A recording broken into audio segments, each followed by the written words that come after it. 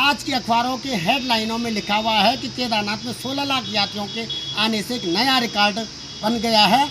लेकिन इसमें कितनी सच्चाई है, ये लाखों का आंकड़ा देने वाले लोग ही इसकी अच्छे से सच्चाई जानते हैं।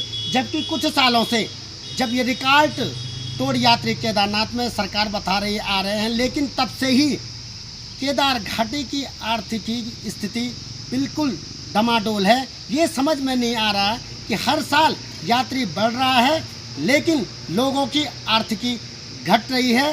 ये बिल्कुल भी समझ नहीं आ रहा है, समझ से परे हैं। जबकि उस अच्छा होता कि उस अखबार में ये लिखा हुआ होता कि 16 लाख यात्रियों ने अच्छे से दर्शन किए या नहीं किए। 16 लाख यात्रियों को रुद्रप्रयाग से और केदारनाथ तक, चाहे सड़क हो चाहे पैदल मार्ग हो, वो अच्छा है या नहीं है। और जबकि आप जानते हैं मई जून के बाद, बरसात के बाद 3 से 3.5 महीना मान के चलो, 90 से 100 दिन बाद अब जाके कुछ यात्री यहाँ आ रहे हैं।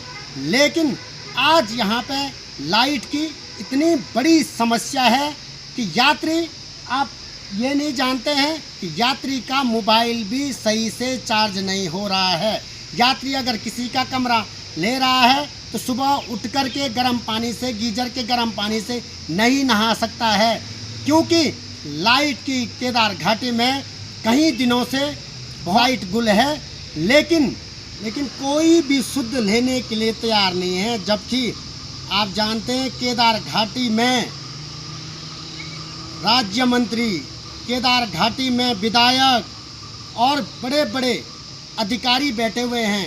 एक बार की हमें याद है, जब इससे पिछले साल जब बाबा के कपाट खुलने के दिन लाइट चले गई थी और तुरंत एक्शन लेकर के जिम्मेदार अधिकारी को सस्पेंड किया गया था। लेकिन आज क्यों नहीं कर रहे हैं?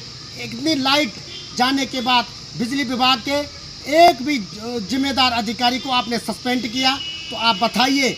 बड़े बड़े अधिकारी भी हमारे ज़िले में बैठते हैं, कोई संज्ञान नहीं ले रहे हैं। क्योंकि इसलिए नहीं ले रहे हैं कि हाँ, आप जानते हैं कि सही से पूरी लाइट की सप्लाई यहाँ पे है नहीं। उखीमठ का नज़दीक बिजली घर है जो बिल्कुल एक खंडर के रूप में आज पड़ा हुआ है। वहाँ पे कई बार पत्राचार्य भी मेरे ख्याल से हुआ है, लेकिन कोई ध्यान नहीं दे रहा है।